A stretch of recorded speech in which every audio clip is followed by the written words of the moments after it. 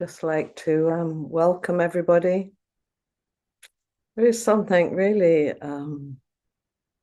amazing to me about seeing faces, some of whom I've ever only known as 2 inches high in 2 dimensions, arriving on my screen. I'm feeling the connection. I'm feeling like somehow I know people, even though clearly it's a certain kind of knowing. So as people are still arriving, we can just start our sitting together. So we'll just take a moment, however you've arrived, whatever you've taken, whatever you've had to do to get here, um, offering gratitude for the effort it's taken to get here, whatever that is. So just spend 10 minutes together sitting and appreciating our lives.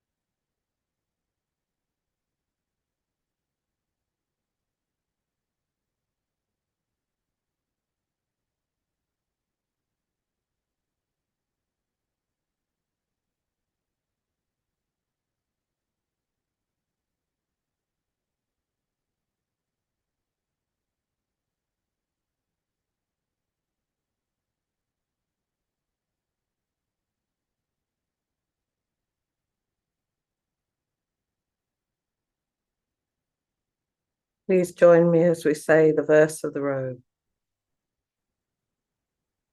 Vast is the robe of liberation, a formless field of benefaction. Wearing the universal teaching, I realize the one true nature, thus harmonizing all being. Vast is the robe of liberation, a formless field of benefaction. Wearing the universal robe, I realize the one true nature, thus harmonizing all being. Vast is the robe of liberation, a formless field of benefaction. Wearing the universal robe, I realize the one true nature, thus harmonizing all being.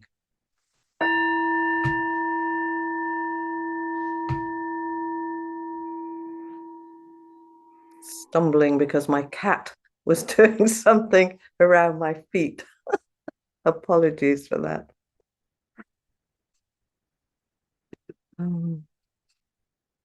Tonight I wanted to talk about finding courage in difficult and challenging times. And about 25 years ago, I found just the end of a poem by Mary Oliver, and it was the beginning of my long and loving relationship with Mary Oliver. But this was just a scrap. It was just a little bit in a newspaper. And it's the end of a poem called In Blackwater Woods. The end of it is, to live in this world, you must be able to do three things: to love what is mortal, to hold it against your bones, knowing your own life depends on it, and when the time comes to let it go, to let it go.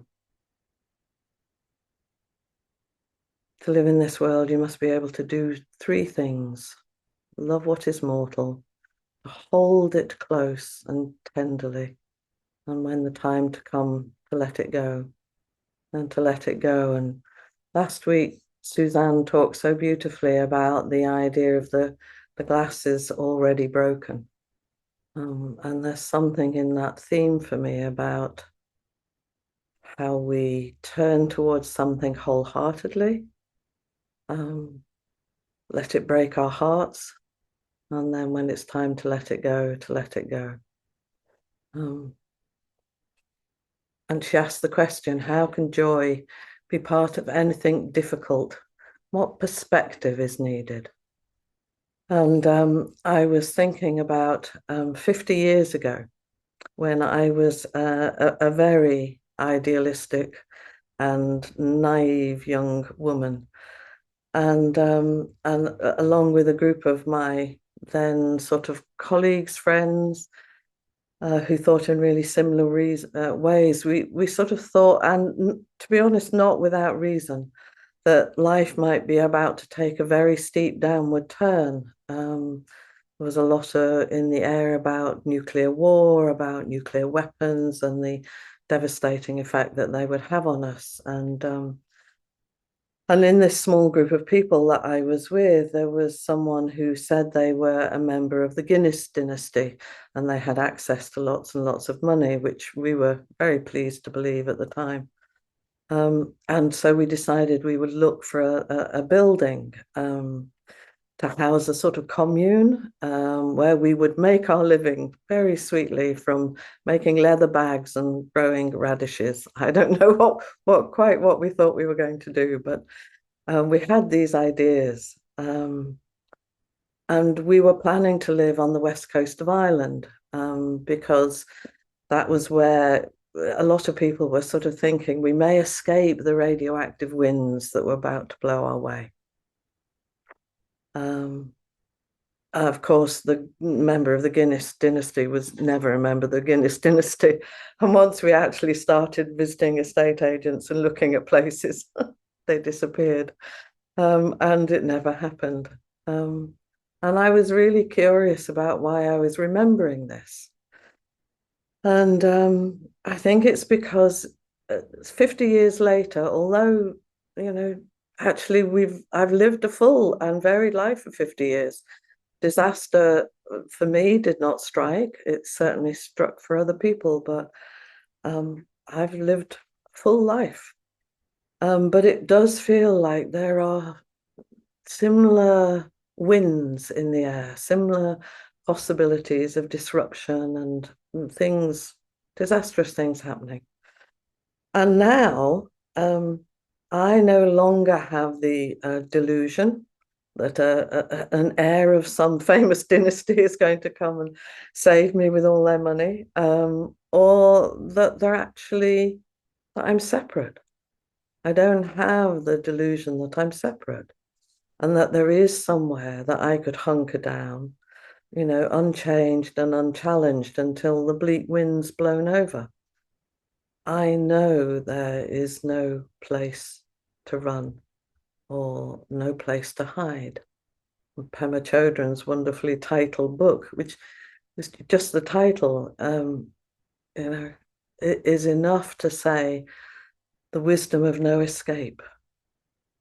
The only wisdom is in not escaping. And we all stand in different storms in our lives. And I've been thinking a lot when I'm given the gift, and I'm so grateful to my teachers and having this opportunity to sit with you and to talk. I thought, what is it I want to share when I'm sharing my sense of the Dharma? And it feels like something of what I want to share is having some possibility of being encouraging.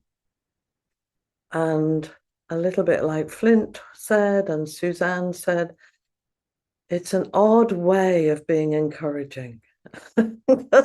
It isn't like it's all going to be fine. Don't worry. It's a different kind of encouragement. And it feels to me that I often think of the word as encouraging. It's like encouraging ourselves. How do we give ourselves courage?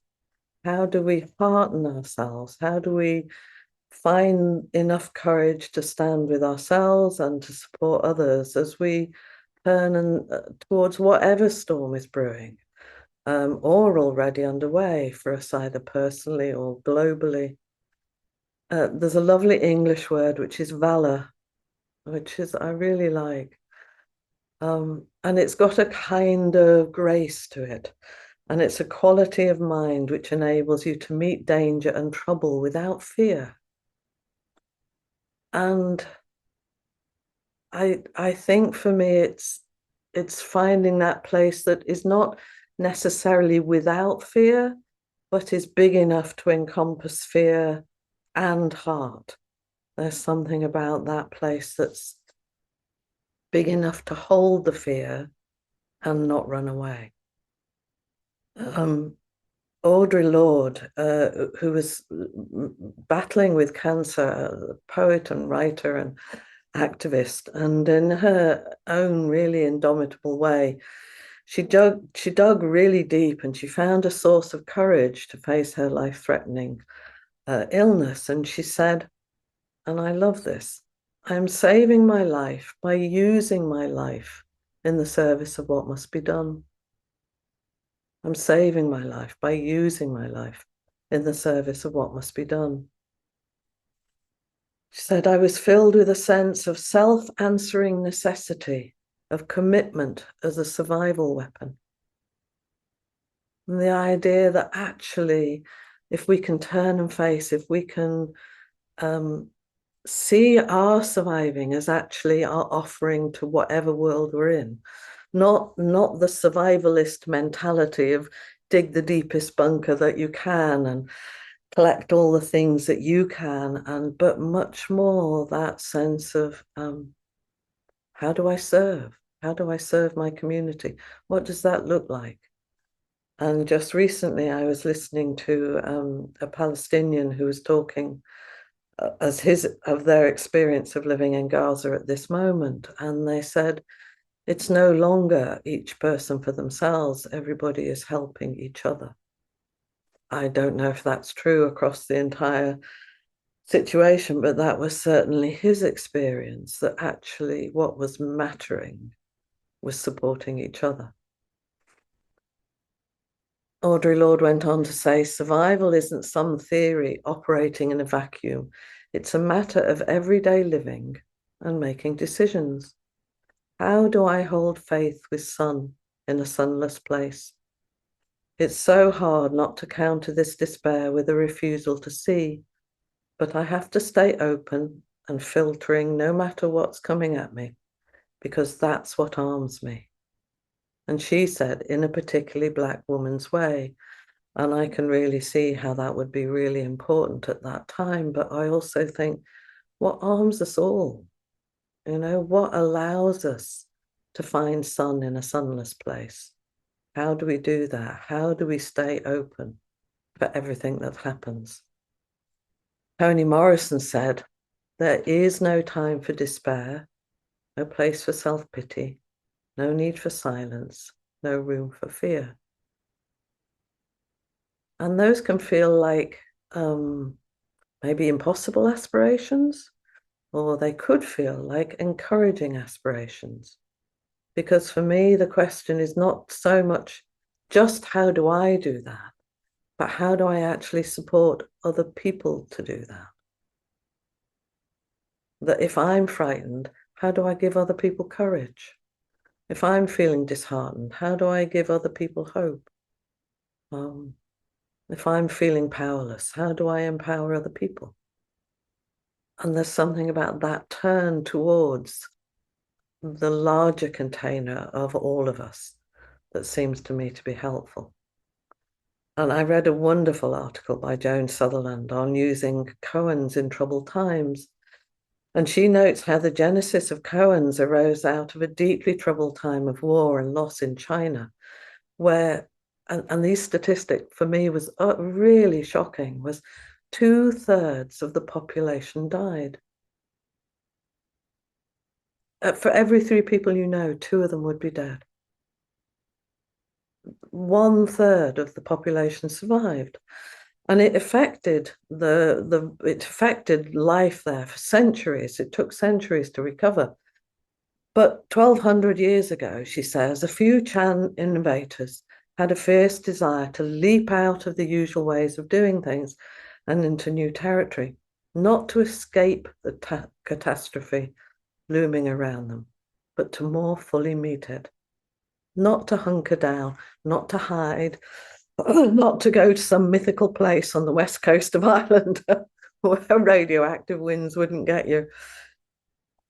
They decided that if they were going to be helpful, they had to develop, and quickly, flexibility of mind, an easy relationship with the unknown, and a robust willingness to engage with life as they found it. The 3 great practices for me is like flexibility of mind. What allows you to let go, to turn, to go, oh, now it's this. Now it's this. An easy relationship with the unknown. I have no clue how some things are going to happen. I don't even really have a clue about how quite a few things are going to happen. My daughter is moving into a new house tomorrow. It's barely out of building site. It'll happen. I don't know how it's going to happen. I'm pretty sure it will. And we'll see what happens. And a robust willingness to engage with life as they found it. Perhaps more importantly, they needed a really big view. So if you can have those qualities of flexibility, an easy relationship with the unknown, and a willingness to engage with life, that all needs to find this bigger container. Chan practice wasn't about getting free of the world. It's about being free in the world. The first koans were field notes from the experiment in getting this kind of freedom. And so I'm always really curious, like, what are your field notes? You know, what little experiments are you conducting about how to live your life more flexibly and connectedly and with a bigger space? You know, what works? What doesn't work? What supports you? What enheartens you? And she explores it, she calls it cultivating a binocular vision that allows us to encompass the whole of it. And this is a phrase that just spoke to me so much. How to wholeheartedly be part of this world, wholeheartedly be part of this world. How do we fall willingly into the frightened, blasted, beautiful, tender world just as it is? It's not enough to see what Buddha nature is. You have to realize what Buddha nature does. So again, we're back to this place that it's not just about what you do when you're sitting. It's how do you relate to the world? How do you relate to this beautiful, tender, frightened, blasted world?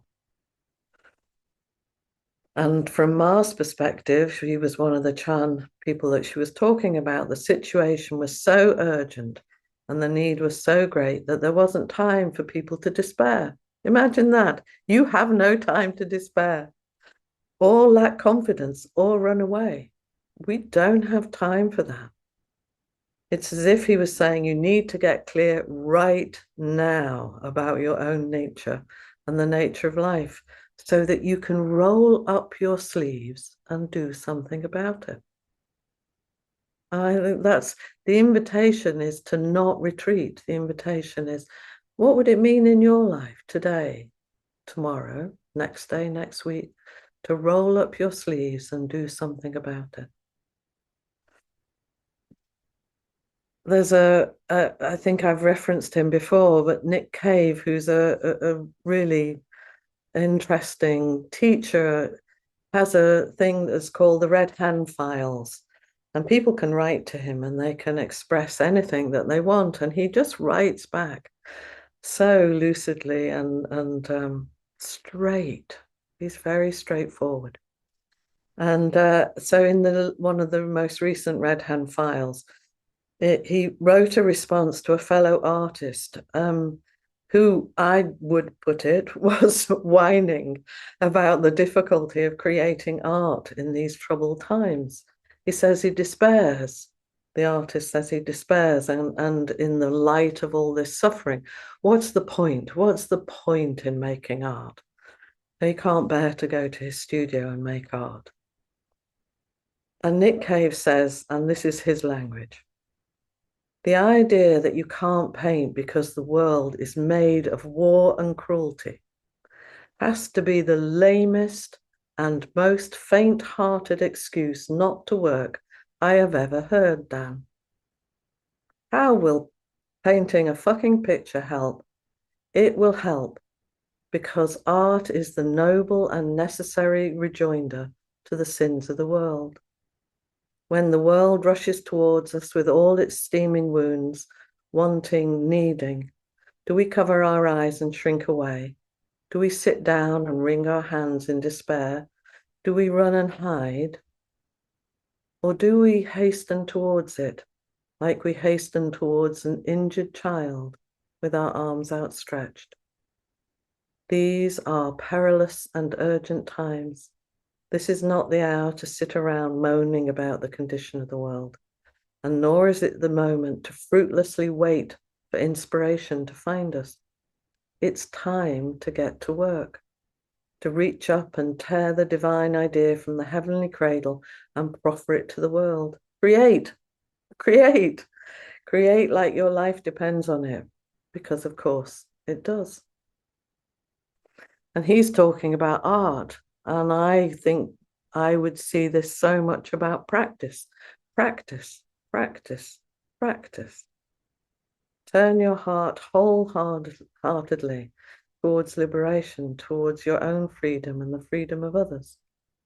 So practice, my dear ones, practice like yours and the world's hearts need your courage and connection, your efforts to be awake, to stay awake, and just do whatever you can, rolling up our sleeves to become present to everything and believe everything you do matters, because it does.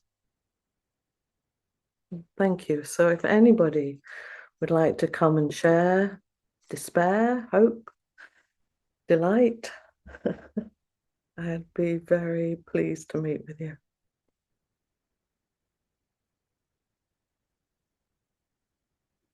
Hi, Jill. Hello. I'm still in my coat because I was late in. So Well, thank for making you. the effort. Yeah. No, I thank you. I mean, I just do feel you've just given me as such a gift, and it does feel like a call to arms, a call to wide outstretched arms, and And I think for me, it is even when I'm rushing and I can't quite make it to sit down with you and others, um, and just, even a sentence reminder, then it's okay. Yeah, I remember. I know what I have to do, whatever it is in that small way. And so I just, I feel deeply appreciative and gifted, and but also have a confidence that I can carry that on and just from warm hand to warm hand in its most basic but profound way. And I think it's simple and it's astonishing and it's so complex. And I think what I keep noticing how easy it is to forget and how wonderful it is to be reminded. And so I do think that reminder that you don't have to be a teacher like you, and it's really trusting your wisdom, and actually you must do it. Yeah. It's all of our responsibilities. It's not just your responsibility and the teacher's responsibilities. it's it's your leadership and guidance, which then means we need to take that leadership and guidance into the world. And to be responsible, for our, I was really struck by that confidence thing. It's like I can offer enough. You Yes, and I know, am enough. Hmm. not I am enough, not to be caught in that endless trance of unworthiness that really kind of stops us wholeheartedly offering. Is like whatever you've got, it's enough. Yeah. And just keep doing that. And my favorite meditation instruction was for a long time was sit down and breathe and do that a million more times. Mm. It's like that. Just come back, come back, come back. And we do that for each other. I need reminding, and I'm reminded of what I already know, which Mm. is exactly what you're saying. Mm. So thank you. Oh no, well, thank you. And Mm. thank you. We have Cassie. Mm. Hey, Cassie. Hey, Trudy. Nice to see you. Mm. Um, One of my dearest and favorite turns of phrase is the freedom in, not freedom from. And, it does that grounding turn for me every single time I hear it. And each time I experience this like new relationship with it. It's like, oh, that was exactly, the point that was sticky this last weekend, there it is. Yeah. Um, so I just want to, I want to offer thanks to that part of it. And the other one that I was unfamiliar with was it's not what Buddha nature is, it's what Buddha nature does. And that also had this like just little rippling thing going through me with some recent struggles. I had an opportunity to be with some really dear friends who had moved away from Austin about 5 years ago, and they were having a 50th birthday party, and it was going to be lots of family. And I was very excited to be there and to feel the connection with these people that I hold in such a dear and tender place. And then in the course of events, I ended up getting bullied and laughed at, and it just really hurt. I also got protected. Also people came forward and was just like, that's not funny. You think you're being funny, but you're not being funny. Um, and I left kind of feeling uneasy and jittery and having all this energy moving, and kept telling myself that practice, can not take that in, to see that as was what they were, that it wasn't about me, Yeah. is what I'm trying to get to.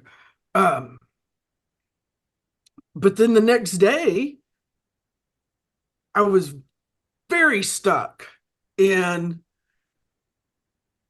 that there should be freedom from just woo. So, in one phrase, what are those revolving doors? Yeah.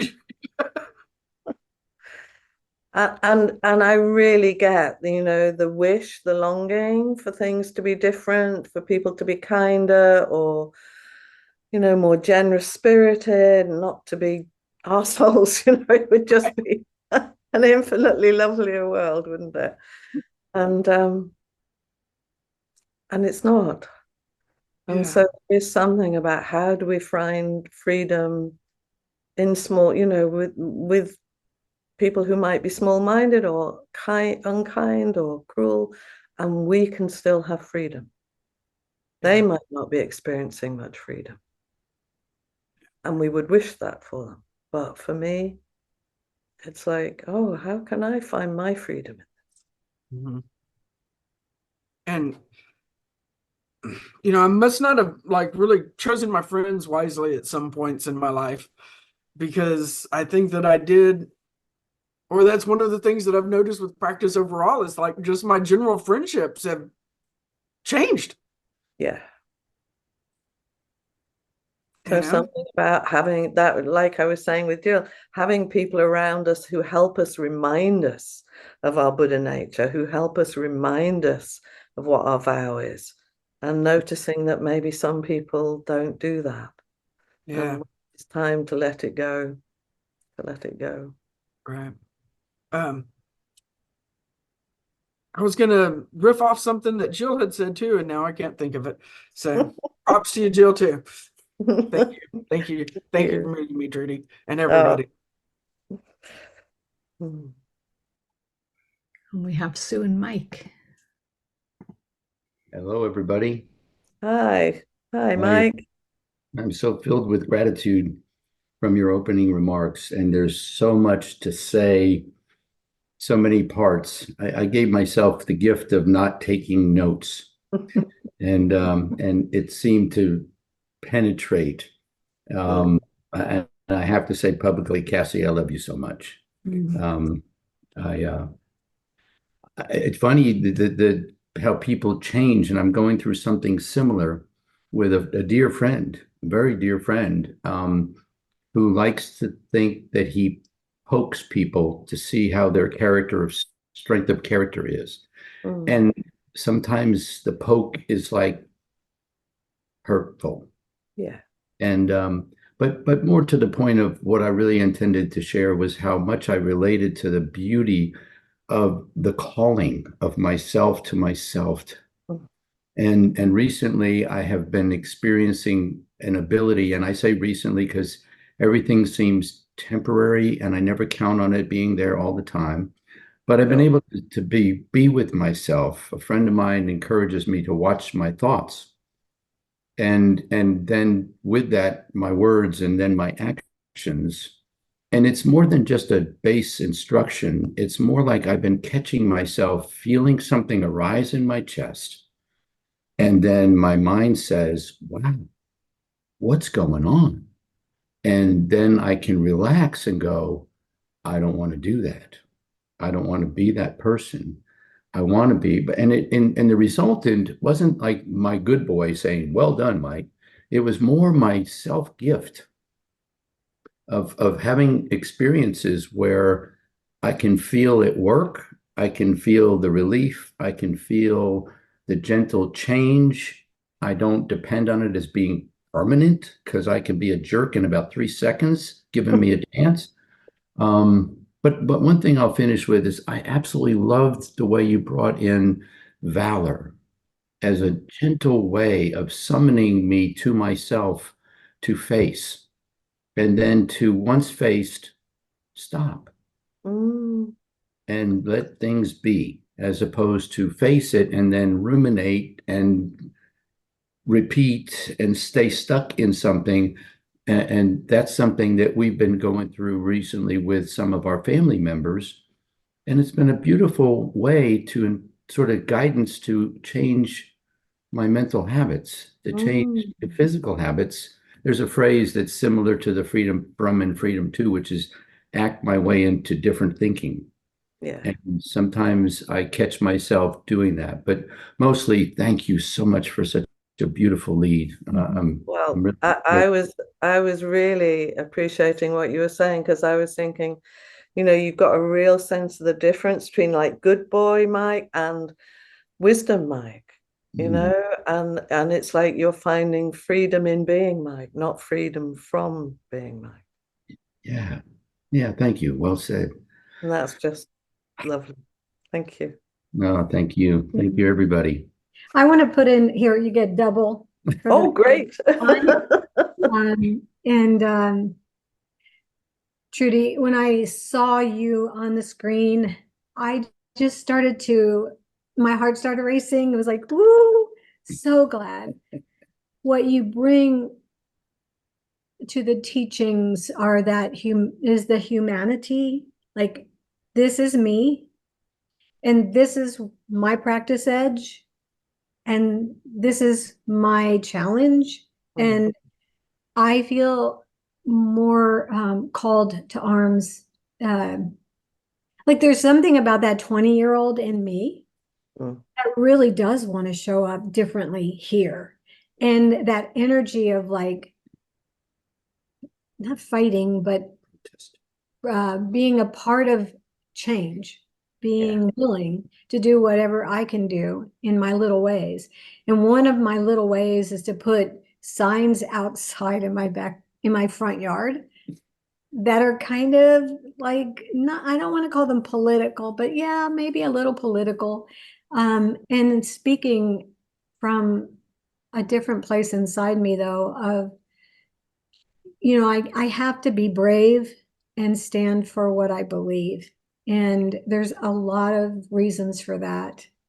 And I looked at Mike when you were talking and I said, we have to go vote. It starts sometimes simply. yeah. And sometimes it's an inside job before I can really practice that outside living that I need to really practice more. So thank you. Thank Oh, you. you're really welcome. And just any way we find, the way I think of it for myself is to stand behind myself. I'm going to have my own back here. I'm going to, these are the vows I've taken. These are the things I trust. And of course, I can be misguided and stupid. That's going to happen. But I have a huge, as we all do, a huge amount of wisdom to lean into when we're going off on a wrong tangent. And I'm just so grateful for 20-year-olds who show up with some verve and like still possible to do good. So Thank you. thank you. Hey, Jan. Hi. I'm really aware of a fear waiting to come up. Mm, Talk to you all the time, yet there's something different about coming up and being so public. mm. So Yeah, our conversations aren't usually shared with 40 people. no, they're not. So I wanted to first of all just sort of say I'm encouraging myself, and I am aware of some fear, and also there's part of me thinking there isn't any place for fear here and amongst friends. Both are true, maybe. A little fear and maybe no, No need for fear. yeah. So the reason I've stepped forward is the particular sense of the need to turn towards difficult situations with courage. I watched something a few days ago, which has been so strongly sitting with me, and yeah, I'm just been so inspired. I watched documentary about Alexei Navalny, and I'd never really understood this man, and I have been utterly blown away by this man's courage. And he is like the epitome of valor. And the sort of equanimity, the sort of container that he seemed to be able to hold. I guess there was somewhere, maybe there was some fear, but his motto was, "I'm not afraid, don't be afraid." And as he returned to Russia, and sort of before I'd seen this documentary, I thought, why would he do that? He could have hunkered down in Germany, safe. And he said, I cannot make changes, I cannot make a difference from here. And I need to be with everybody else in Russia and be feeling the difficulties myself, to be alongside them, to encourage people. His whole motto was about encouragement. Yeah. It was what he was. He's like a bodhisattva. Just so touched by you. I mean, that's just touching, is like actually his life and the way you've received it has shown you, maybe even you have courage when it's not going to work. You have courage knowing. And I was thinking about, I'm not sure if it belongs to Flint, but Flint has certainly talked about rowing the boat into the middle of the lake, knowing it's going to sink. And it's like, that's our lives. We are rowing the boat into the middle of the lake. And, nobody got to the other side. It sinks. How do we still do that with joy and equanimity? Yeah. Even if I'm it's struck in by danger. him. Yeah. Yeah. You said about, is there joy in difficulty? That he seemed to carry an energy and a joy in the way he approached everything. And yeah, he absolutely was rowing his boat, into danger. And there was a very big possibility that he would be killed, and he knew it. And they asked him, what will the message be if you are killed? And his message is, don't give up. There is always hope. Yeah. And yet he still rowed his boat into the middle of the pond. And look at the ripples, you're sitting there rippling in strength of his courage. You're sitting there thinking, oh wow, that was obviously, that's a particularly public example, but I was thinking, because I know about you and I know about your work, and I was thinking how often you encourage people to turn towards and to face and deal with things that they turn away from, and you sit in that chair in your house, offering courage and encouragement to others. This feels like my work. Yeah. is to encourage. I have a really strong feeling that the size of our stage doesn't matter. Yeah, because I'm thinking my stage is really small and maybe it's Yeah. not big enough. Most Maybe of I'm us- not doing enough. That sounds familiar, doesn't it?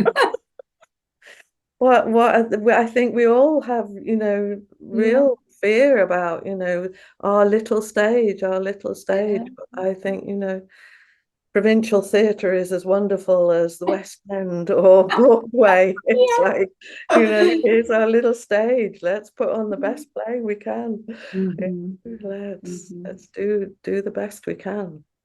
Mhm. And there might be one person in the audience who takes something away. Yeah. And that's I'm just thinking, yeah, he died. Whether you could say he died in vain, I have no clue, but I can see someone sitting in England who never met him Mm. has been encouraged. Absolutely. Inspired, encouraged. Mm. Yeah.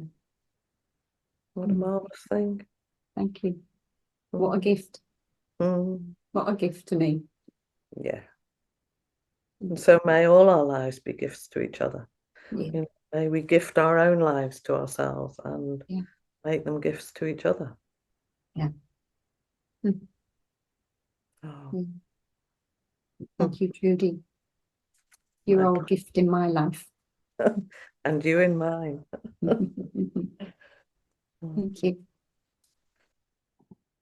We have Maria next. Thank you. Just lowering my hand. Hi, yeah, I was your whole thing that you're offering was just making me think, about the container that we have. Or that, when I was younger, I had like a yes, and then I remember getting a shield around me that just said no to everything. And then I think through Hakomi and the practice and yourself, it's like the yeses began to happen. But then it's kind of like we build up this container and we get a wider view, but then it's malleable. It moves, and it's like, so you're doing something one week and like I can feel really confident, and then another time I can be terrified.